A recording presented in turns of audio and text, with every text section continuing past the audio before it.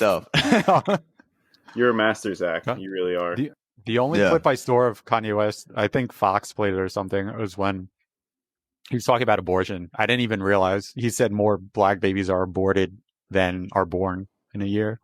That was crazy. I Yeah. Googled. Really? I did like. I wasn't sure if that was true. I Googled it, and he was right. Yeah.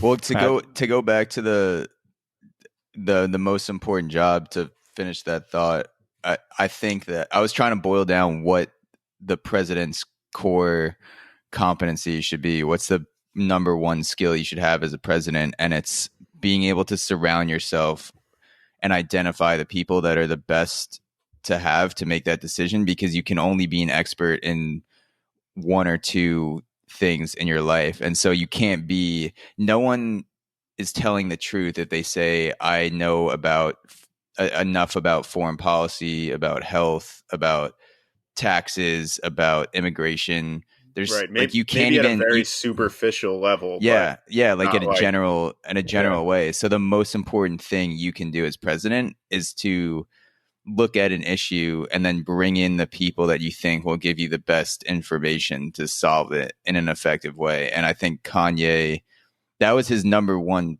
point, which I would agree with. He wasn't saying like, he definitely has a huge ego, but when he said, I'm going to bring in smart people and help me make the decision, that seemed like an obvious thing that other candidates aren't willing to say. They're not willing to say, like, I don't really know. I'm not an expert in foreign policy. If something happens with China, I'll bring in the 10 smartest guys on China and figure something out. And so I was impressed with that. Yeah. I mean, the president's basically like a project manager or CEO, I guess. They shouldn't be an expert in everything, but they should know what's going on. But they would just talk to their people to get more information and make a decision. It's basically what the head of a company would do. It's almost like deciding which advisors to go with when you're in a president. Yeah. They should just have an open casting call for their cabinet. Let everyone apply. It seems like, for whatever reason, presidents who are elected don't use the full disposal of smart people in the United States that are available to them. They limit who they're reaching out to politicians and people they're putting in their cabinet. Like, why wouldn't you?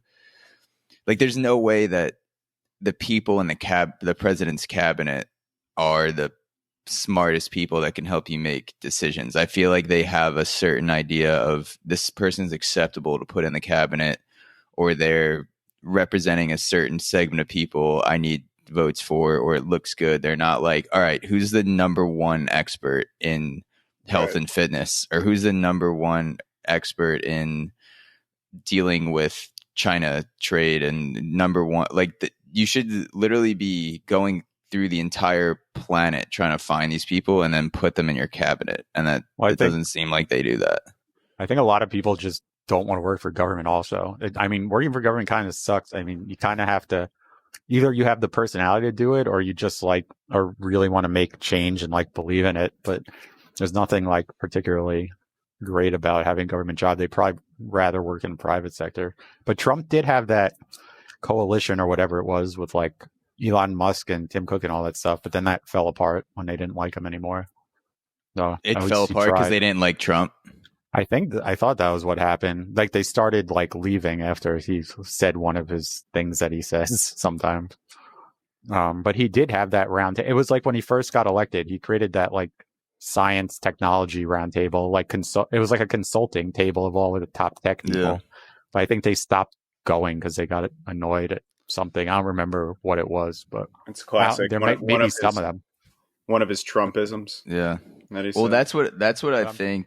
I like that idea of just having a consulting roundtable instead of working for the government full time in a cabinet position. You would attract more people that way if you said, hey, you don't have to do this full time, but once a month we're going to meet and talk about whatever it is that you're an expert in, and have people like that, which it sounds like was kind of with Elon Musk and Tim Cook that fell apart. I don't really know a lot about that, but that's something that I think could be useful.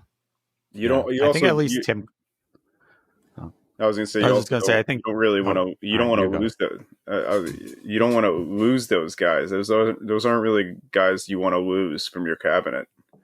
So he must have said something pretty. He must have. It's just the way. I don't know what he said or did, but those are definitely guys at the forefront that you want to have advising you.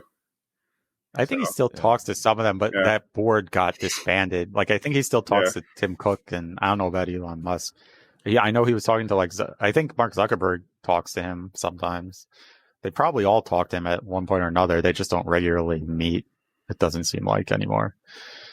I don't know.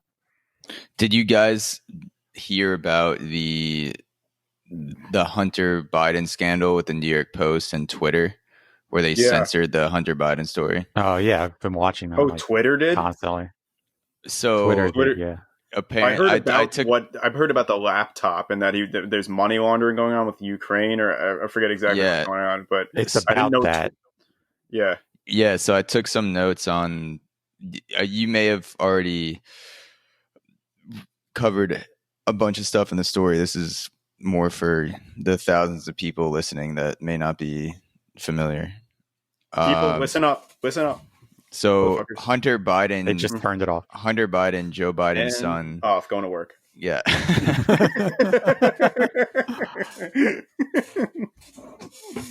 Right. Hunter Biden, Joe Biden's son, got hired by the natural gas company Burisma, a Ukrainian natural gas company, and he doesn't know anything about gas. And then For their everyone that's emails. listening, gas is what you put into your car.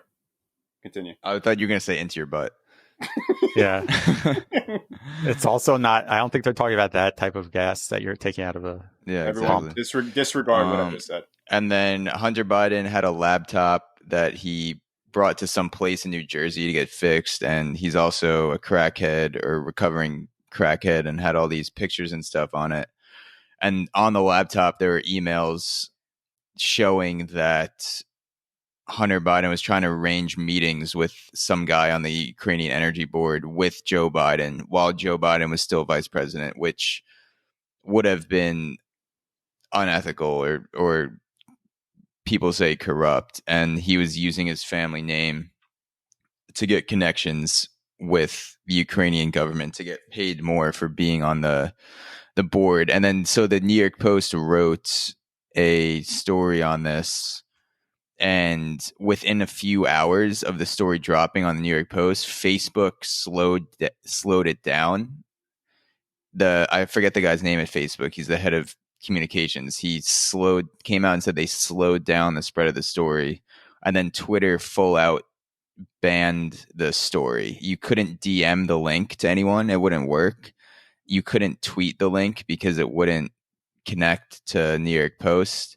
And Sagar and Jetty, who's a journalist, and he hosts a podcast on the Hill called The Rising. He said it's the greatest act of censorship in modern American history because no social media platform has ever banned a story from an outlet like the New York Post that's been around for 200 years, literally founded by Alexander Hamilton.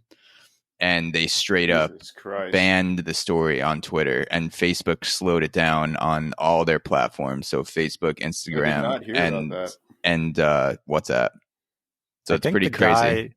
Wasn't the guy who slowed it down on connected to Biden that worked for Facebook, or he used to work for Biden? There was either the guy from Facebook or Twitter that was like the head of stopping it or slowing it down had some kind of connection to Biden. I'm pretty sure too. Which makes I mean that would make sense. Yeah, I mean that just makes him look worse. But yeah, I like that. If a social media their reason that they used was Jack Dorsey came out and said that they were in compliance or doing it in accordance with their hacked materials policy. And in 2018, apparently, they started a hacked materials policy where they said they were not going to allow the stories that were spread from things that were hacked, which is Hunter Biden's laptop. Hunter Biden also did not get back to the guy who ran the laptop shop for months, I think. And the guy was just Yeah, he 6 was looking months to and get it's rid of the declared laptop. not He's like, his. yeah, are you gonna pick up your laptop? And then he reached out to people saying, I have Hunter Biden's laptop.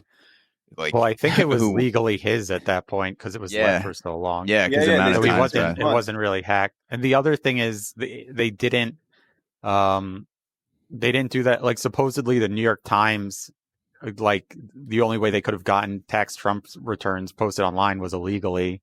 So that's hacked material, but Twitter didn't care about that or block it, which Oh was yeah, a yeah. no, big So they, thing. the New York Times Yeah. posted Trump's tax returns, and Twitter didn't block it because that Yeah. was hacked. Yeah, because supposedly that's illegal. You can't Yeah. get if they had his tax returns, there's someone illegally got it. I also just don't like Zuckerberg. Seems he's at least trying, but I think Jack Dorsey. I just think he's just a little power hungry or something. He's just he just is getting off on affecting the election. And Yeah. I just did you watch him being when they were like subpoena? They were just questioning them about it. I Like saw Dorsey, Ted Cruz question him on Zoom. yeah, that's the one they kept playing. But yeah, Jack, they were all questioning him. But yeah, Jack Dorsey just didn't. He was just like came in disrespectful. He didn't like Yeah. dress up or even comb his hair, and then he just barely answered them. Yeah. He looks like a goat. When I first saw him, I was like, your beard. He had the longest like hippie beard, which whatever, like you can do whatever you want. It was just funny when he opened the video because I saw Ted Cruz first, and he's kind of laying the groundwork and saying, all right, this is what we're saying about Twitter, and this is what we're going to talk about. And Ted Cruz is in a suit or jacket and tie, and then it pans to Jack Dorsey, and he's just with a nose ring and a long beard.